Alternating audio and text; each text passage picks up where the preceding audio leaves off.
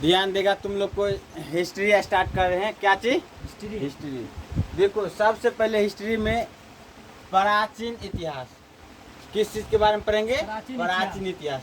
तो इतिहास को कितने भागों में बांटेंगे? 3 भागों में। देखो प्राग ऐतिहासिक काल, आद ऐतिहासिक काल, ऐतिहासिक काल। तो इतिहास को कितने कालखंडों में बांटा गया है? 3। प्राग ऐतिहासिक काल, आद ऐतिहासिक काल, ऐतिहासिक काल। तो उसके बाद जैसे देखो प्राग ऐतिहासिक काल को 4 भागों में बांटा गया है। पूरा पाषाण काल, मध्य पाषाण काल, नव पाषाण काल और ताम्र पाषाण काल। उसी तरह से आदि इतिहास को 3 भागों में बांटा गया। सिंधु सभ्यता, कांस्य और हड़प्पा। उसके बाद ऐतिहासिक काल को मुख्यतः 5 भागों में बांट के पढ़ते हैं। तो प्राग इतिहास, प्राचीन काल, मध्य काल, आधुनिक काल, नेहरू काल, विश्व इतिहास। इसमें विश्व इतिहास के बारे में पढ़ते हैं। तो इतिहास का अध्ययन मतलब कि अतीत का अध्ययन इतिहास कहलाता है। यानी इतिहास के पिता हेरोडोटस को कहा जाता है।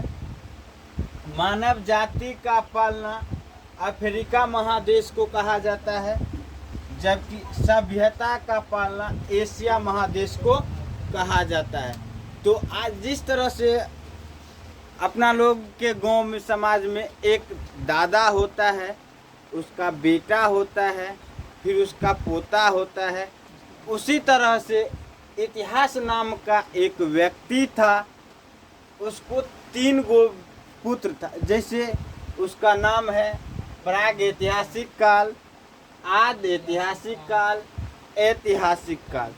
तो बड़का बेटा को 4 पुत्र था। तो चारों का नाम पूरा पाषाण काल, मध्य पाषाण काल, नव पाषाण काल, ताम्र पाषाण काल। उस तरह से मझला बेटा का नाम आद इतिहास काल था। तो उसको 3 पुत्र था, सिंधु सभ्यता, कांस्य, हड़प्पा। उसी तरह से ऐतिहासिक काल को 5 गो बेटा था। तो उसका नाम क्या रखा था? प्राचीन काल, मध्य काल, आधुनिक काल, नेहरू काल और विश्व इतिहास।